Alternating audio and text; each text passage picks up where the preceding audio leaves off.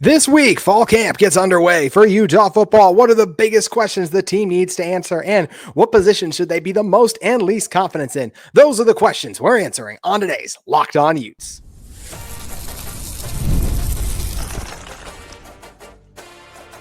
You are Locked On Utes, your daily podcast on the Utah Utes. Part of the Locked On Podcast Network, your team every day. Hello, everyone, and thank you for making Locked On Utes your first listen and view of the day. We are part of the Locked On Podcast Network, available wherever you get your podcasts, as well as on YouTube. If it's your first time tuning into this show, make sure you like and subscribe. Today's episode is brought to you by Monarch Money. Take control of your finances with Monarch Money. Use code LOCKEDONCollege, all caps, no spaces, at monarchmoney.com for 50% off your first year. My name is JT Wistrcill, and on today's show, we talk about the biggest questions Utah needs to answer during fall camp. Then a fun crossover event I had with some local Utah beat writers at Big 12 Media Days. Josh Furlong and Sammy Mora of KSL.com and Ute Zone joined me to discuss the positions we should feel the most and least confident about on Utah's roster. But I did want to start today's episode talking about what the biggest questions Utah needs to answer during fall camp. I have my top 5 questions. I'd love to know from you guys in the comments below. What are the biggest questions you have? What do you think that Utah really needs to sort out over these next few weeks, as we are just barely over a month away from Utes and the Bruins facing off in Pasadena to open the 2025 college football season, or I guess close since it's an 11 p.m. Eastern time kickoff. But either way, excited to have Utah football back here soon. So what are the biggest questions Utah needs to answer? If you were to ask me even just what's the biggest question, I genuinely think it's who's going to catch the ball. Like, as simple as that sounds. I have my favorites and my most likely candidates to do that, but this is the least sure I felt about who the top guys will be. There is no Dorian Singer. There's no Devon Bailey. I think Tobias Merriweather can be really good.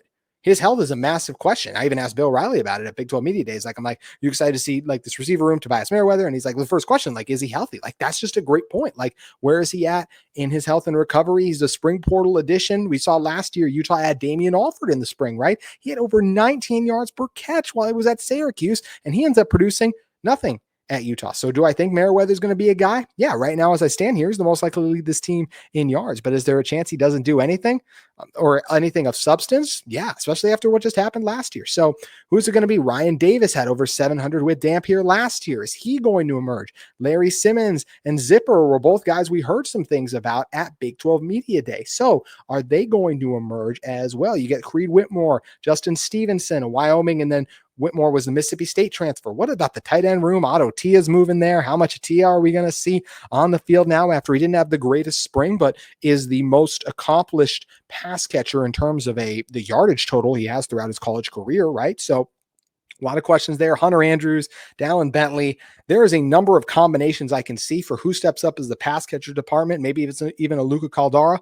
is a guy, or Caldera, I'd love to see him emerge. So a lot unknown there. Also, I feel like I know who most of the starting positions are going to be, but I don't really know who's going to be the other starting defensive end opposite Logan Fano. The starting defensive line, I feel like will be from left to right, Fano, Vaimahi, and Dallas Vakalaki, but who's going to be that other defensive end? John Henry Daly was a popular name mentioned at Big 12 Media Days, former BYU transfer. Paul Fitzgerald, a guy formerly at Utah State, had 8 sacks 2 years ago. Didn't do much at Utah last year, but maybe just needed an offseason to get under his belt too. Jackson Jones is a guy I like from Oregon who transferred in. Lance Holtzclaw's got some experience too, and that's not mentioning some other recruits. We dive into that a little bit more in the conversation this episode, but who are the top defensive linemen for this Utah team? There's a lot to be questioned. Jonah Lae is another guy, right? If you're looking at the depth along the defensive line in total, I think that's a massive question. Who are the top 3 pass rushers? Who are the top 4 defensive linemen? Do we see a Carson Kafusi at defensive tackle? Not Carson Kafusi. Actually, no, it is Carson Kafusi. Excuse me. At the defensive tackle, does he step up and emerge too? Right, Jonah Lae is a guy we've heard a lot about. So can he step up? A lot unknown about a Utah defensive line. I've said before, I think this Utah team will be their normal selves when it comes to their run defense, but I definitely have some questions about can they be their normal selves when it comes to their pass rush and how much Utah needs to blitz. So those are my top 3 questions with actual recap them all at the end. But then the next one is who's QB2? Utah has had a ton of quarterback injuries. Devin Dampier is a more durable player than Cam Rising based on his collegiate career so far, but who is going to be QB2? You need to have a good backup option. Is it Isaac Wilson, who wasn't great last year, but you're hoping for the sophomore leap? Is Utah going to try the freshman thing again with a Bird Ficklin coming out there? Brennan Zerberg is another guy who he didn't do anything at Oklahoma. So can he mature in his first collegiate opportunities with Utah and be the backup? What's Nate Johnson's role on this team? Listed as a wide receiver, but he has that quarterback experience. And I've seen him play quarterback. I could maybe even argue, even if it's his style of quarterback rather than some of the other ways the position's been played in the past, right? Because he struggled with accuracy his last go around at Utah, but I do like his legs and his athleticism. And I think there's still some talent there throwing wise. He's a backup at Utah, backup at Vandy last year. So that's another guy I'm looking for too, right? And then outside of QB2, because Bert Ficklin is a guy a lot of people are high on too. Who's the other corner going to be? Elijah Davis is one outside, Smith Snowden in the inside. Who's the other outside? As we sit here, I like Blake Cotton, the UC Davis transfer, but there's a lot of other guys and potential in that room that could end up stepping up and rising up for this Utah football team. So I can't wait to see who ends up claiming these starting spots, who steps up, and always a question of who's going to break out during fall camp. I think that we are going to see, now that we're kind of starting to like hear things trickle in, I think John Henry Daly has got a chance to be a guy that breaks out for this Utah team. And another guy too that it sounds like will be making an impression, I think Ryan Davis from last year's New Mexico team, him coming over, I think that's another one too. But going to be fun to watch how it all plays out for Utah football. So looking forward to having those questions answered, just like I'm looking forward to having Josh Furlong and Sammy Mora on with me right now to discuss the positions we should be the most confident in and the least confident in as today's episode of Locked On Utes rolls on. History on Locked On Utes, first time ever. We're going to have 3 people on at one time. We only have the one microphone, so bear with us as we pass around with that, but so excited to have the head of Ute Zone with us. Sammy Mora has been on before, and Josh Furlong as well of KSL.com has been with us too. And we're just going to talk about Utah, and we're going to talk about which positions we have the most and least confidence in. I'll just start by saying I have the most confidence in Utah's safety room. It's actually not the offensive line in full. I have a lot of questions about the interior offensive line. Curious to get Kyle's thoughts on that in a little bit. I have the most confidence in Rabbit Evans and Teo Johnson. I think they're going to be absolute monsters. How would you guys feel about the safety room? Let's start there. I agree. I think the safety room's in a really good position. You know, Teo and Rabbit, especially Rabbit, came on at the last half of last season. You know, you could see glimpses even earlier in the season with him, but once he finally fully got in that playbook and started working, you know, it made a big impact. And I think he's primed for a massive season. And obviously Teo could have, you know, taken his talents to the NFL, opted to come back. And so I agree. Like they wouldn't have been the group that I picked, but it's a good group. It's a good group. So. Yeah, I agree. It wouldn't have been the group that I would have naturally first gone to. Offensive line's probably it. Yeah. But with that said, Teo's one of those guys that is vastly underrated. There's, you know, if you look at a lot of kind of the ratings and the different things there, he's one of those guys that is just kind of there. But if you dig deep enough, like he's actually one of the best players on the team. And so I think you're going to see a big breakout season from him. At least that's the expectation. Rabbit Evans, I mean, it's been all positive about him. And it's been some great momentum for him. If he can take that next step and just be that consistent every down type safety, I think Utah's going to be in a really good spot. So the more that I think about it, I think you're right. I mean, I think it's one that you have a lot of confidence in. On the defensive side of the ball, that's a good thing, right? You've got your guys that are back there that are able to help. So I think that's a good spot. So I would still say offensive line, but why the offensive line? Today's episode of Locked On Utes is brought to you by Monarch Money. Ever wish managing your money just felt easier? With Monarch Money, it can. Whether you're growing your savings or planning a big purchase, Monarch puts you in the driver's seat. It's like having your own personal CFO giving you full visibility and control over your finances. Monarch Money is more than a budgeting app. It's a complete financial command center. You can track all of your accounts, investments, and spending in one place. So in addition to managing your money, you're also building wealth.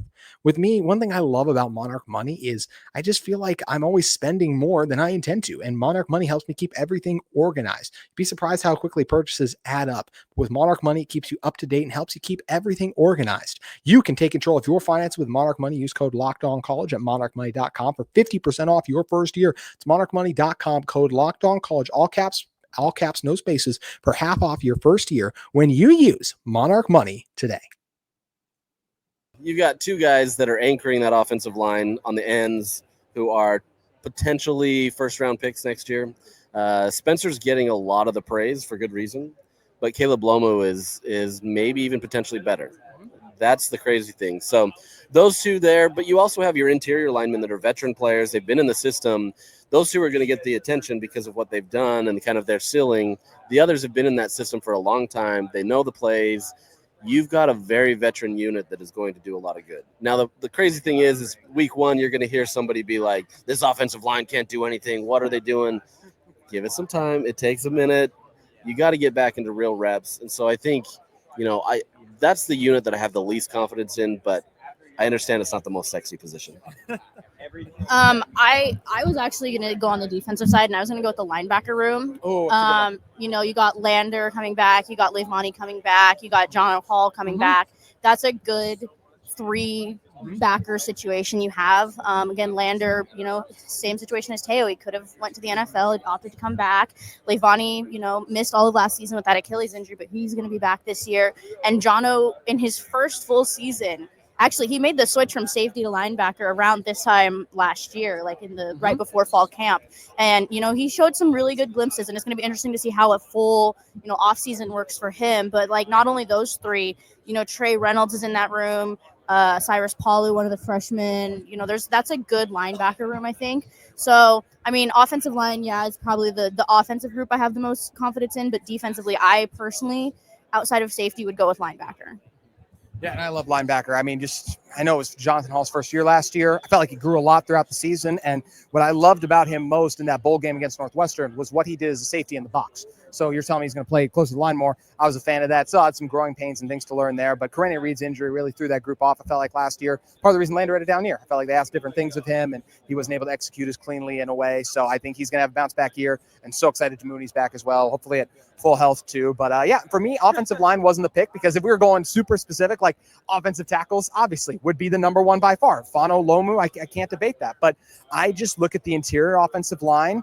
I feel like we've been trying to make Jaron Kump work for a few years. He got better as the year went on. There were still some good moments, but I just still for me, some people be top 3 offensive line. I can't go there just based on what I've seen from Kump. I like Mokafisi. Still quite hasn't gotten to where I want him to be in pass protection. And then Tongai is a run blocker as well Tongai is a run blocker better, but he's still just that ability to hold blocks long enough. Sometimes I just feel like that's something that group hasn't always done. It's a group that has experience. Jim Harding's the coach. I think they're going to do a good job. It's a Utah offensive line.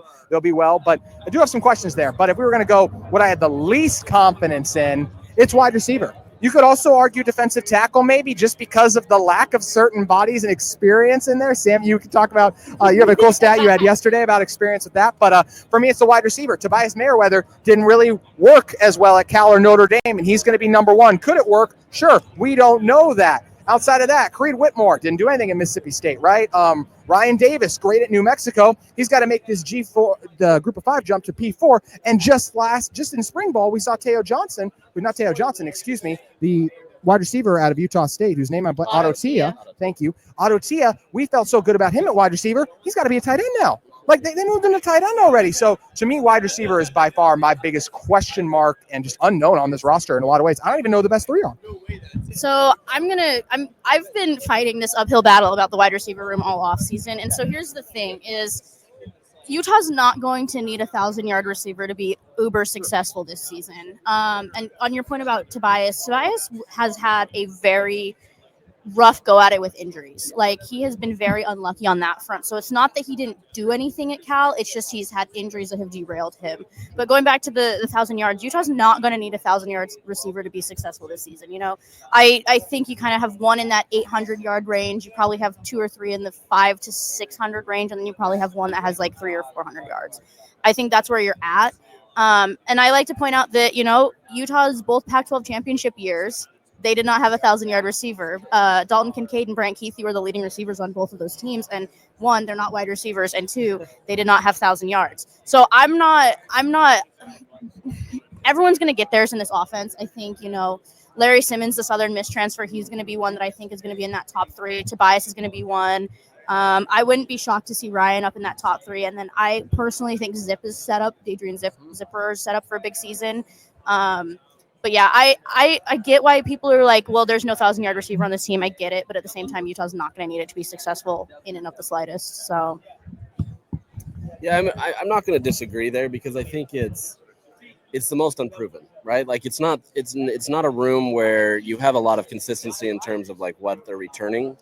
Defensive tackles, yes, they could be there, but there's been depth, and they've shown Dallas Vakalaki is going to be a phenomenal athlete. So I don't know that that's the issue. The issue there is wide receiver just because of the experience. Now, with that said, kind of going off of Sammy's, they're going to do, like, Jason Beck has schemed things in a way that it's going to be much more simplistic than what Utah tried to run last year. Isaac Wilson is a big shot type guy. He wanted to take the big shots. He wanted to try to go downfield, and you need that to some extent. But you are going to have much more screen passes, whether it be tunnel screens, bubble screens, something like that. That's going to help Devin. It's also going to alleviate kind of the defense because they have to respect that. And so then he can work his way out and have option plays or whatever it may be. But you're also going to get a little bit more short yardage situations that we haven't seen under Ludwig as much, right? And so as much as like the worry is or the frustration is that this wide receiver room doesn't have a ton of producers, they're going to get theirs, right? Like I truly believe that, barring them dropping all sorts of passes and just being an utterly terrible, to Sammy's point, I don't know that it really matters, right? I think if they can be marginally good, which is not asking a ton, honestly, if you can be marginally good, I think this Utah team's fine. Now, we're sitting here in July, and this could be rubbish, right? But I think with what Utah is planning to do in the run game, with what they're trying to do with Devin Dampier, I don't know that you need a ton out of that. So it's a weakness by default just because it has to be, but I don't know that it's as much of a weakness as it's going to get blown up as. That's a great point. Utah does not need their wide receivers to produce, as you've mentioned, even if you need guys to make some plays, but you need the run game, obviously, is the biggest thing for this team. So I guess I'll rephrase the question this way, and I'm curious what you both will answer. What position does Utah absolutely need to be good that does have the biggest question mark right now? I'm going to say quarterback. And the reason I'm going to go quarterback, we saw what happened last year if you didn't have a successful quarterback, right? Now, I will say that this year the system is set up in a better way where a quarterback can be better used regardless of who the QB is, right? So if Devin Dampier goes down for whatever reason, I feel like Utah can absorb that much more than they did last year. Andy Ludwig's system was so challenging that it took years to be able to learn it, and it just didn't work. Jason is going to scheme things in a way that's going to be much better. But I think you need that quarterback room to hit. So all the other positions we saw last year, defense, they could do their part. They still had their problems, right? They lacked tackling at times. They weren't great in havoc plays, that kind of stuff. But if you don't get that QB position down, you're going to be in a world of trouble. So, I mean, it's kind of a cop-out in some respect because QB is like, well, duh. But at the same time, I think based on what we've seen the last 2 years for Utah, not having even like a marginally good quarterback really hurts this team. So I think Devin is definitely way better than marginally good. But I think if that doesn't hit, then this Utah team is back to where they were last year. I might have a cop-out answer here, but I'm still going to go for it. I'm going to say the pass rush unit, I think, is mine. I was looking at stats like a couple of days ago, and Utah, like Jonah Ellis was the last edge rusher to have double-digit sacks for Utah, and that was like this will be 2 years since he's left, and he didn't even play the full season. And so, you're just going to need more from the pass rush unit as a whole. I'm not saying that Aliki and Dallas need to have 7 sacks each, because it would be great. It would be nice, but those interior guys aren't going to be the ones that are going to be producing most of the sacks. I think you're going to need a lot from Logan. You're going to need a lot from John Henry. You're going to need some from Lance, and I'm trying to think, and Paul, and just because those are the 4 that we kind of expect to be leading the charge in that edge room. Lander's going to get his, Leivani's going to get his, Jono's probably going to get his, but Utah needs to have you need to have at least someone in the double-digit sacks, I think, by the end of the season, because, we saw last year that Utah's defense could keep them in as many games as possible.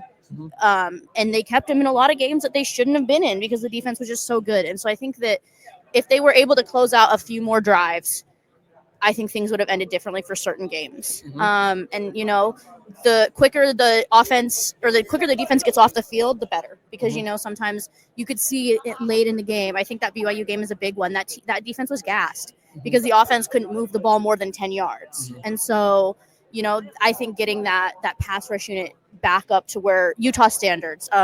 I said last week on Utes on that we need to start a campaign for the new mayor of Sac Lake City. Yes. And so everyone get ready to campaign for your candidate. Mm-hmm. But yeah, I think, you need to, that group as a whole, linebackers, tackles, and edge, they need to be, getting that double-digit sack totals this season.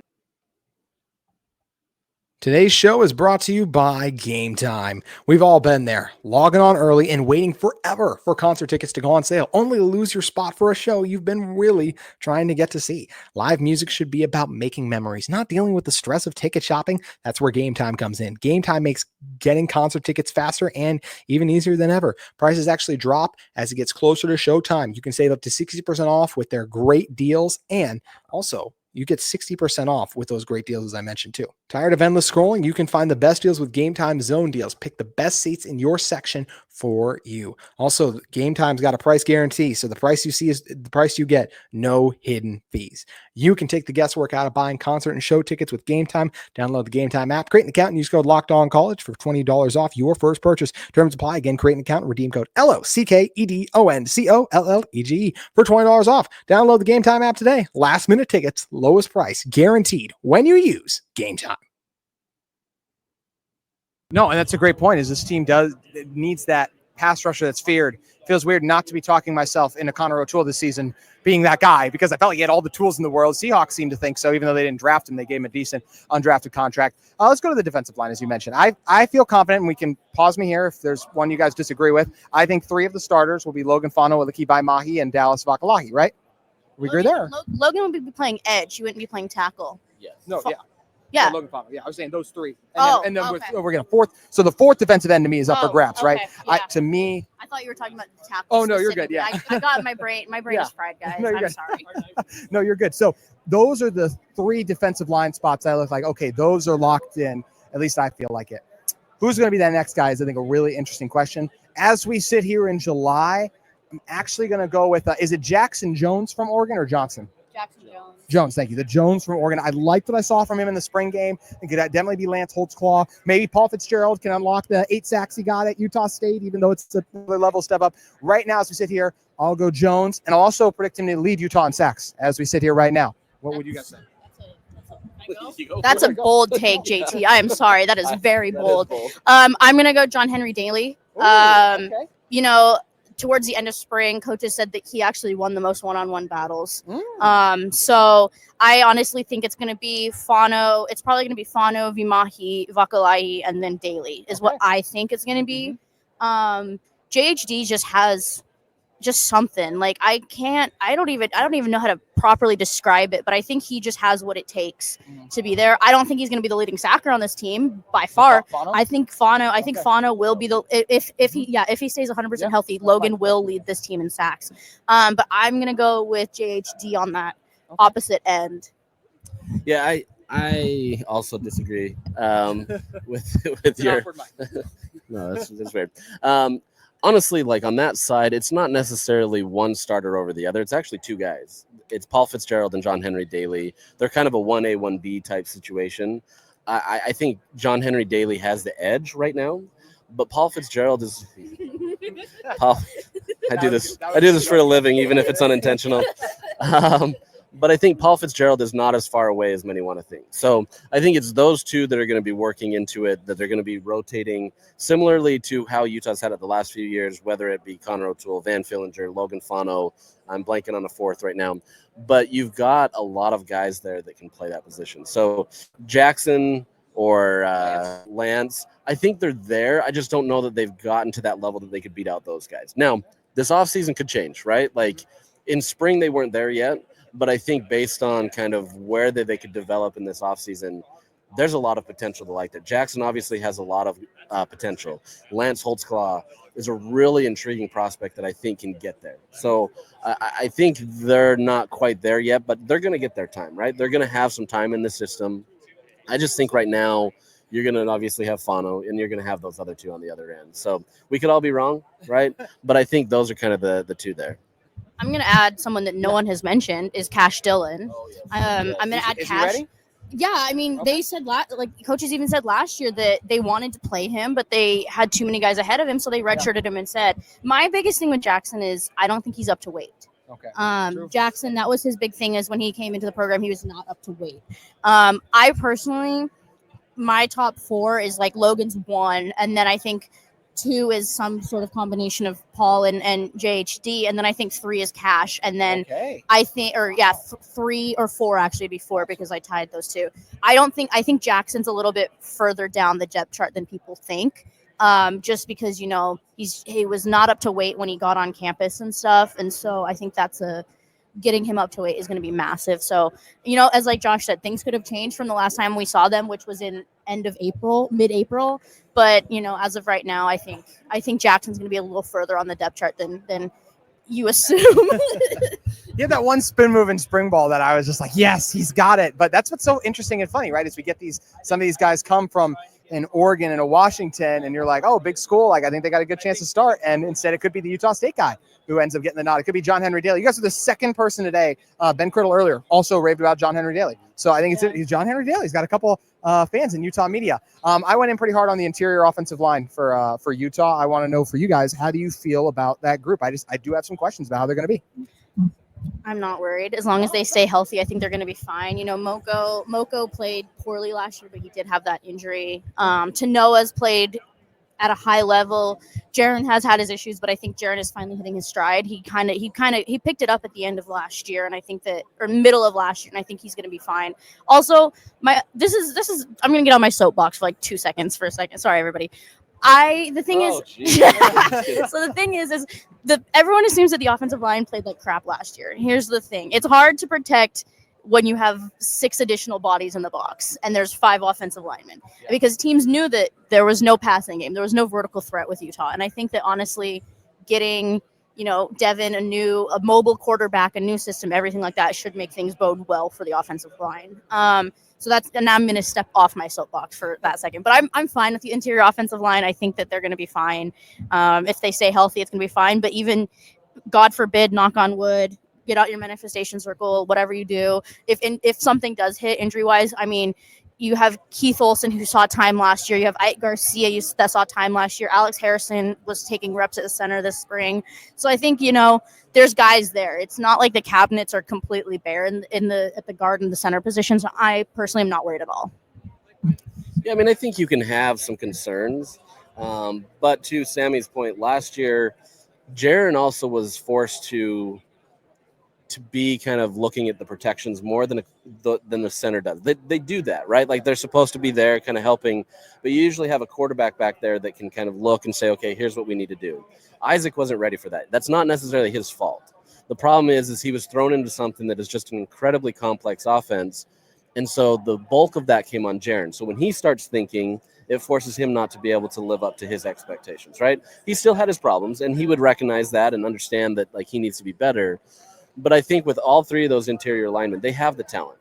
And there is a lot of trust from Jim Harding. Jim Harding's not playing them just because he wants to, right? That's not how Jim is. If you know Jim, he is very passionate about the guys that he wants. He's not going to let things slide. And he'll pull you the second that he doesn't feel like you're able to, or other people can't do it, right? There's still some issues, right? And my biggest concern is if Jaron isn't the guy, there's been, in spring at least, a lot of low snaps. And that's a real area of concern. If you can't get that, now you're already putting Devin Dampier in a rough spot. So to me, that would be where I'd worry the most. Mokafisi's had his issues at times, but I think last year, based on the injury, that really is what hampered him. The years before, it was more he was just getting penalties, right? And if you can, obviously it didn't help, but those things can be cleaned up, right? So I think this is a team they feel very confident in, or a unit, I should say, that they feel very confident in.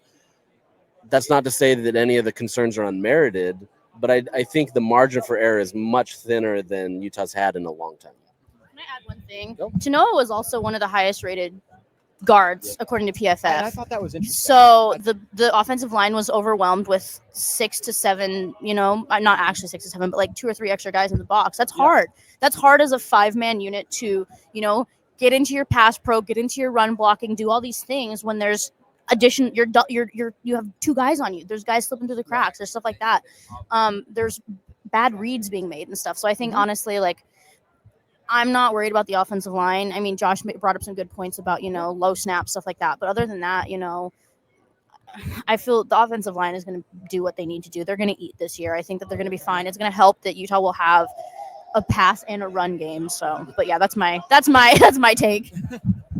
My biggest thing with them was just from watching it last year. I felt like there were times they didn't hold the blocks long enough, struggled with some of the blitz pickup, getting beaten pass protection, but overall, still good and still going to be one of Utah's best units. I do expect improvement, even though we've been trying to make Jaron Kump happen for a few years now. I do feel like third year at center, I feel like this is it. I feel like he is ready, and it'll be interesting to see what this Utah team can do coming up this season. Guys, this is so much fun. Thank you so much for joining me. Once again, Sammy Mora of Ute Zone. Make sure you guys head over, follow her on X, as well as check out the Ute Zone site, and Josh Furlong as well at ksl.com. That's going to do it for today's Locked On Utes. Huge thanks once again for Josh and Sammy for joining me, and huge thanks to all of you who listen to this show every single day, especially those of you who do get to our third segment at the end. Tomorrow's show, we're gearing up for fall camp to come back. Make sure you keep it here at Locked On Utes, where we'll continue to talk about your team every day.